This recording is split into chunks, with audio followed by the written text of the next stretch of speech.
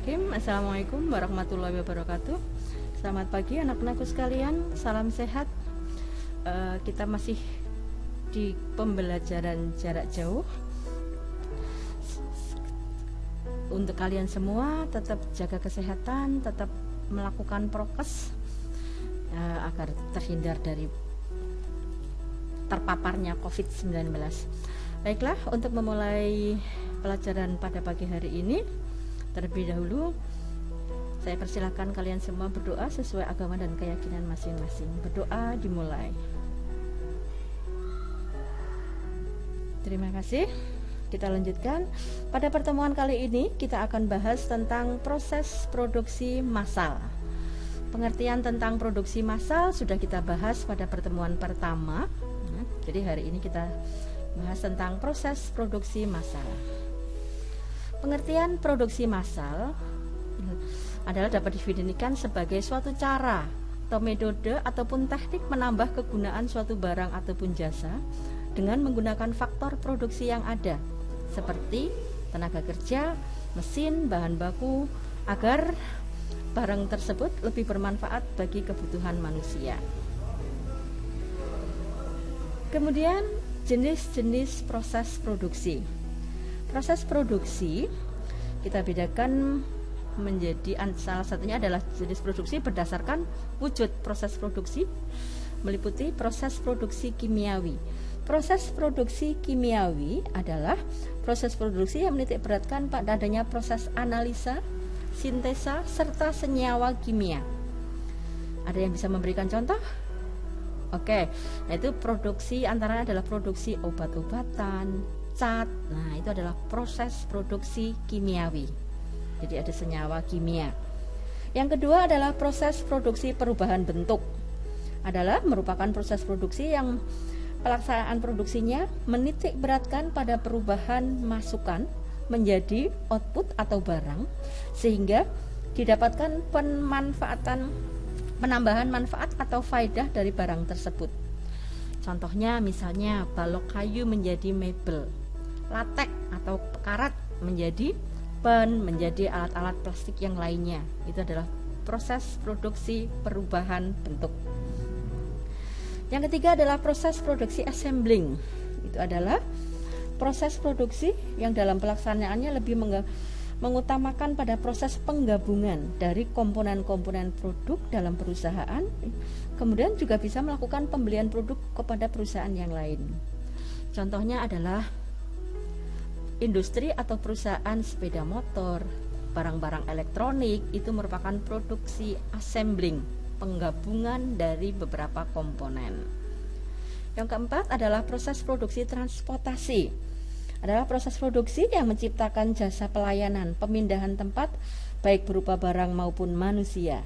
Dengan adanya pemindahan tempat tersebut, maka barang atau manusia yang bersangkutan akan memiliki kegunaan atau merasakan adanya penambahan manfaat. Itu adalah proses transportasi. Misalkan seseorang mau bekerja, rumahnya di Kelampok, bekerja di Jakarta, melakukan proses produksi transportasi, menggunakan transportasi untuk di sana sehingga dia bisa lebih produktif. Kemudian proses produksi penciptaan jasa administrasi adalah sebuah proses produksi yang memberikan jasa administrasi kepada perusahaan lain atau lembaga-lembaga yang membutuhkan. Contohnya adalah lembaga konsultasi manajemen, akuntansi, lembaga konsultasi hukum dan lain-lainnya. Itu adalah jenis-jenis proses produksi. Kemudian jenis-jenis proses produksi ditinjau dari arus proses produksi. Ada 3. Yang pertama adalah proses produksi terus-menerus. Adalah proses produksi barang atau jasa atas dasar aliran produk dari satu operasi ke operasi yang lain sehingga tidak terjadi penumpukan barang. Biasanya proses produksi terus-menerus itu adalah proses produksi pabrikan. Jadi menghasilkan barang dalam jumlah yang banyak atau kita kenal dengan produk massal. Sehingga barang tersebut variasinya relatif rendah karena. Kemudian yang kedua adalah proses produksi terputus-putus. Adalah jenis proses produksi dalam kumpulan produk bukan atas dasar aliran terus-menerus, melainkan seringkali beberapa item terhenti untuk digabungkan dengan yang lainnya, atau bisa juga untuk barang-barang berdasarkan pesanan sehingga proses produksinya terputus-putus karena barang yang dibuat menyesuaikan dengan kebutuhan pelanggan. Sementara yang ketiga adalah proses produksi campuran, merupakan penggabungan, perpaduan antara terus-menerus dan proses produksi terputus-putus, yang pada dasarnya adalah bahwa setiap perusahaan akan berusaha memanfaatkan kapasitas yang ada di dalam perusahaan secara optimal.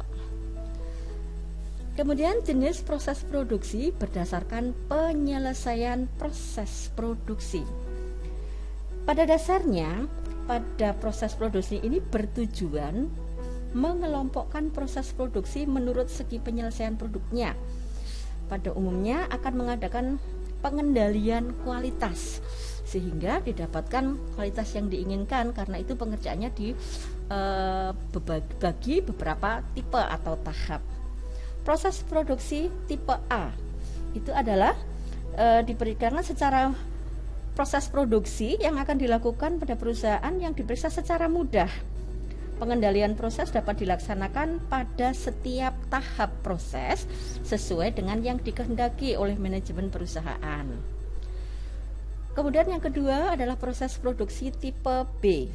Itu adalah proses produksi dalam perusahaan yang bersangkutan akan terdapat beberapa ketergantungan dari masing-masing tahap proses produksi yang ada, sehingga terjadi koordinasi yang sinergis antara bagian yang satu dengan bagian yang lain. Proses produksi tipe C itu adalah perusahaan akan melaksanakan proses penggabungan atau pemasangan, ya, sehingga didapatkan sebuah barang yang diinginkan. Pada proses produksi tipe D adalah proses produksi dilakukan dengan menggunakan mesin atau peralatan produksi secara otomatis. Dan pada yang kelima adalah proses produksi tipe E, itu adalah merupakan proses produksi untuk perusahaan-perusahaan dagang dan jasa, di mana proses produksinya berbeda dengan proses yang pertama tadi A, B, C, D. Yang produk dagang dan jasa apa bedanya? Tentu saja proses produksi dalam tipe E ini untuk perusahaan dagang dan jasa adalah misalnya efektivitas komunikasi. Bagaimana membangun sebuah komunikasi yang efektif dengan konsumen, memberikan pelayanan yang prima, seperti misalnya tepat waktu, tepat janji, itu adalah pada proses produksi tipe E untuk perdagangan dan jasa. Sehingga pelayanan yang kita berikan mampu memberikan kepuasan terhadap pelanggan. Kemudian jenis produksi. Jenis proses produksi berdasarkan bahan mentahnya. Ada dua macam proses, yaitu proses analitik dan proses sintetik. Proses analitik itu adalah proses menggabungkan beberapa input atau bahan mentah menjadi proses analitik adalah proses produksi yang menciptakan beberapa barang. Jadi dari suatu bahan baku menjadi beberapa barang. Itu analitik. Contohnya balok kayu menjadi mebel, kemudian menjadi mebel, meja, kursi, perabot rumah tangga, perumahan, pintu, jendela, dan seterusnya. Kemudian latek dari bahan karet menjadi ban, menjadi alat-alat lain yang berbahan karet, dan seterusnya. Sementara proses sintetik itu kebalikannya, proses produksi yang menggabungkan beberapa input atau bahan mentah menjadi barang jadi. Contohnya berarti perusahaan elektronik, kemudian perusahaan cat, itu kan menggabungkan beberapa bahan baku menjadi satu barang. Kemudian jenis tujuan dari proses produksi. Tujuan dari proses produksi adalah sebagai berikut: meningkatkan efisiensi. Yang dimaksud dengan efisiensi merupakan hubungan antar input dan output dalam suatu produk. Jika perusahaan mampu melakukan tindakan yang efisien, misalnya penghematan bahan baku, kemudian produktivitas tenaga kerja, itu artinya bahwa efisiensi dalam perusahaan tersebut bisa ditingkatkan di dalam proses produksi tersebut. Yang kedua adalah meningkatkan produktivitas. Produktivitas itu adalah merupakan perbandingan antara seluruh produk barang dan jasa yang dihasilkan dalam waktu tertentu dibagi dengan jam kerja yang dibutuhkan untuk menghasilkan barang tersebut. Artinya, ketika produktivitas tenaga kerja itu optimal sehingga jumlah barang atau output yang dihasilkan cukup banyak jumlahnya, maka bisa dikatakan bahwa tingkat produktivitas dalam perusahaan tersebut cukup bagus atau bisa ditingkatkan. Peningkatan kualitas yang ketiga, artinya bahwa perusahaan akan melakukan upaya untuk melakukan peningkatan kualitas, karena kita tahu bersama bahwa kualitas atau mutu suatu barang itu adalah salah satu alasan yang dibuat oleh konsumen untuk membeli barang. Jadi konsumen pastinya ketika akan membeli barang dia menginginkan kualitas seperti yang diinginkan. Nah, itu artinya bahwa perusahaan harus mampu membuat produk atau barang memenuhi kualitas yang diinginkan oleh konsumen, sehingga akan memberikan dampak peningkatan omset penjualan. Tadi tujuan dari proses produksi: meningkatkan efisiensi, meningkatkan produktivitas, dan meningkatkan kualitas produk. Kemudian tahapan proses produksi. Proses produksi biasanya melalui beberapa tahapan yang bertujuan untuk mengadakan spesialisasi pengerjaan produk. Setiap tahapan proses produksi saling membentuk satu rangkaian yang terkoordinasi. Jadi suatu sistem secara sinergis. Ini kita berikan contoh ilustrasi dari PT Astra Honda Motor. Secara garis besar, tahap proses produksi pada PT Astra Honda Motor antara lain adalah seksi penyediaan komponen. Seksi penyediaan komponen itu adalah seksi yang bertugas menerima, mengklarifikasi, dan mendistribusikan komponen-komponen ke beberapa bagian produksi.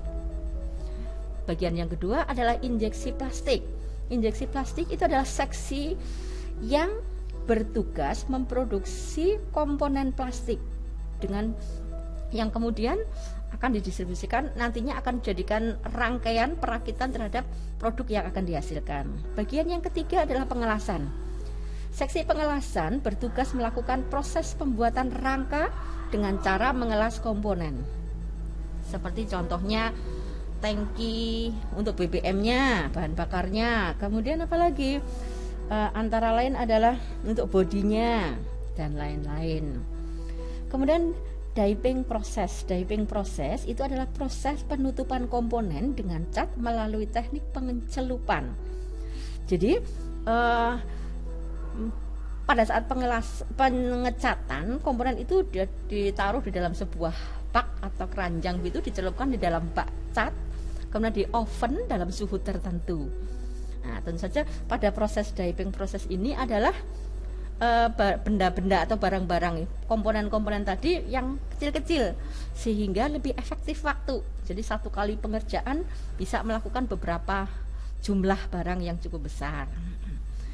Pengecatan plastik bagian yang berikutnya, ya saja ini adalah proses pengecatan tidak sama dengan pada pengecatan yang berbahan logam tadi, karena temperatur yang dibutuhkan, kemudian tidak perlu menggunakan pre-treatment dan seterusnya, itu berbeda dengan pengecatan pada logam.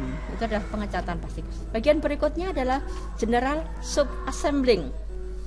Assembling berarti penggabungan, sub berarti bagian. Jadi menggabungkan bagian-bagian kecil dari produk tersebut. Misalnya sepeda motor ada bagian steeringnya, kemudian karburatornya. Nah, itu dirangkai terlebih dahulu, dirakit terlebih dahulu.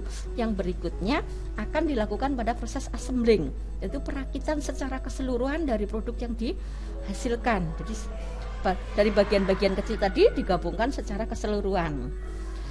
Pada berikutnya adalah final inspection.